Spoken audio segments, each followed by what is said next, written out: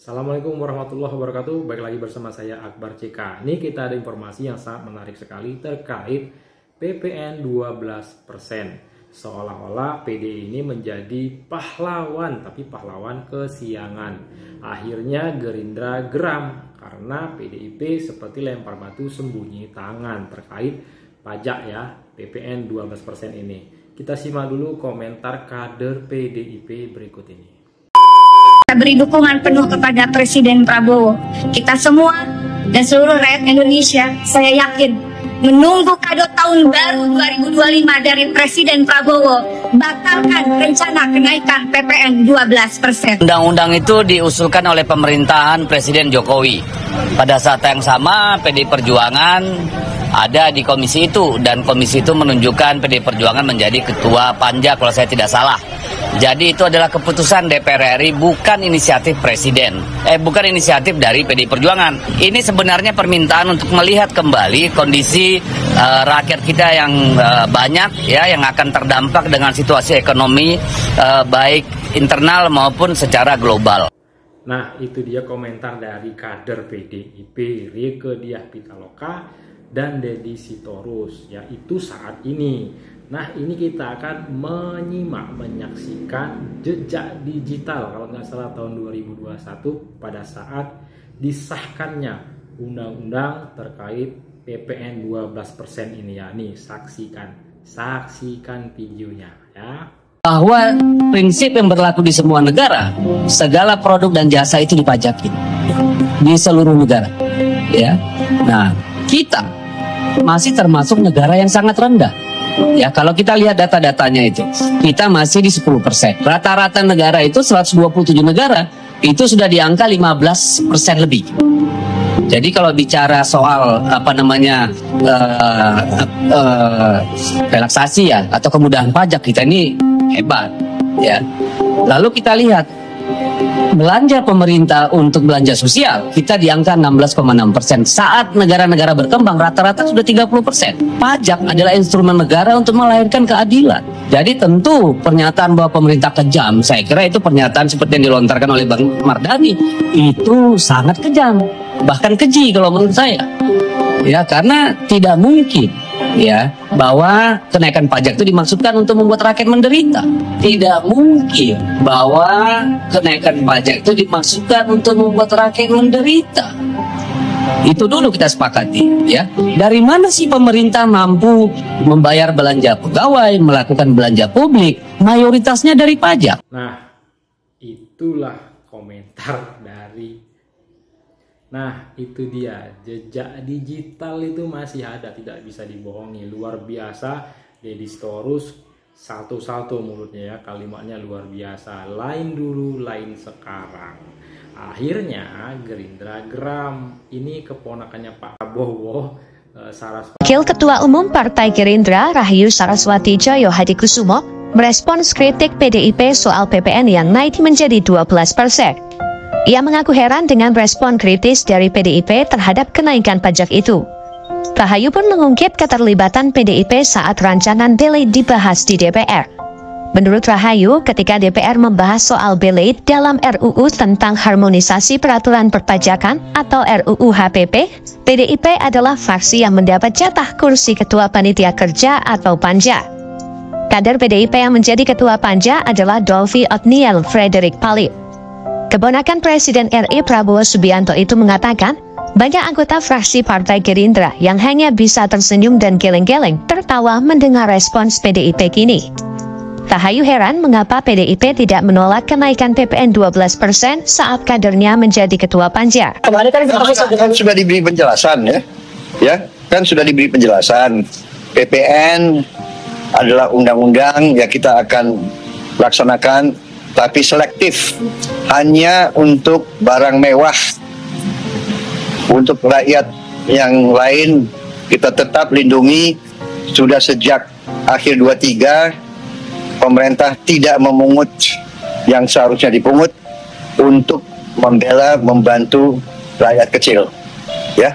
Jadi kalaupun naik itu hanya untuk barang mewah ya. Berarti barangnya menunjukkan apa ya? PDIP itu kalau jadi oposisi itu pro rakyat banget.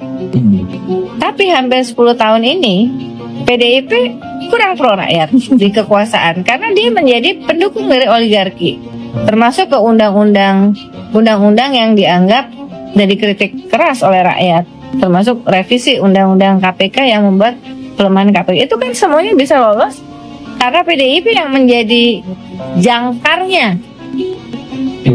Karena PDIP yang menjadi jangkarnya. Tuh. Koalisi partai politik pendukung Presiden Jokowi gitu ya. Jadi ini Ketua kelasnya itu PDI ketua lah. kelasnya PDIP gitu ya. Kalau Jadi ketua kelas nggak setuju bisa bubar tuh. Bener. Undang juga tuh Mbak ya. Juang. Jadi ini ya PDIP kemarin saya ngeliat wah nyinggung RU penyiaran. Nah, pokoknya pro rakyat banget pun ya 17 itu. Iya. Berarti PDIP ini cocoknya di oposisi. Kalau dia bukan pada posisi oposisi, luar biasa ya. Ada Aiman pula nih. Ada apa segala tapi ya kemarin ya. Jadi ini makanya istilahnya itu melakukan self corrective. 2021 itu adalah pemerintahan daripada Presiden Jokowi. Tetapi Presiden Jokowi ini kan diusung oleh PDI Perjuangan. Jadi inisiasi HPP itu adalah memang inisiasi daripada partai penguasa, partai yang mendukung Presiden, PDI Perjuangan. Nah kemudian kalau sekarang ada kenaikan PPN yang ada di dalam undang-undang tersebut, yang dimulai daripada tahun 2022 dengan kenaikan 1% dari 10 menjadi 11, itu tidak ada masalah karena masih presidennya Jokowi dan partai penguasanya, partai pendukungnya juga masih PDI Perjuangan. Namun pada saat sekarang ini, tahun 2025, ini kan presidennya sudah berganti. Pak Prabowo dalam hal ini sudah akan menjalankan undang-undang ini sesuai dengan amanat undang-undang. Maka undang-undang ini harus dijalankan. Kalau tidak dijalankan, maka presiden bisa dianggap melanggar undang-undang. Itu bisa juga menjadi pelanggaran presiden, tidak menjalankan undang-undang. Bisa juga ini menjadi bola liar yang mungkin dikatakan bahwa presiden melanggar undang-undang.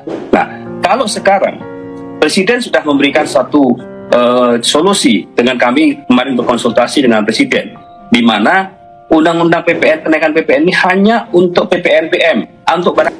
Jadi jatuhnya pemerintah Prabowo ini hanya menjalankan undang-undang yang sudah disahkan di tahun 2021 ya terkait PPN ini ya 12%. Ya seperti itulah PDIP ya.